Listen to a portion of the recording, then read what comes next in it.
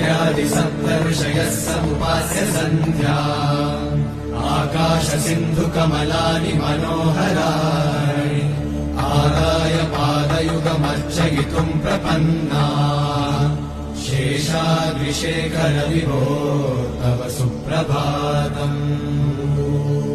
पञ्चाननाम् च भव षण्मुखवासवाद्या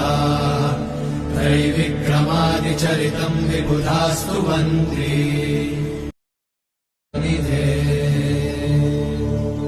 अत्यादिसप्तऋषयः समुपास्य सन्ध्या आकाशसिन्धुकमलानि मनोहराणि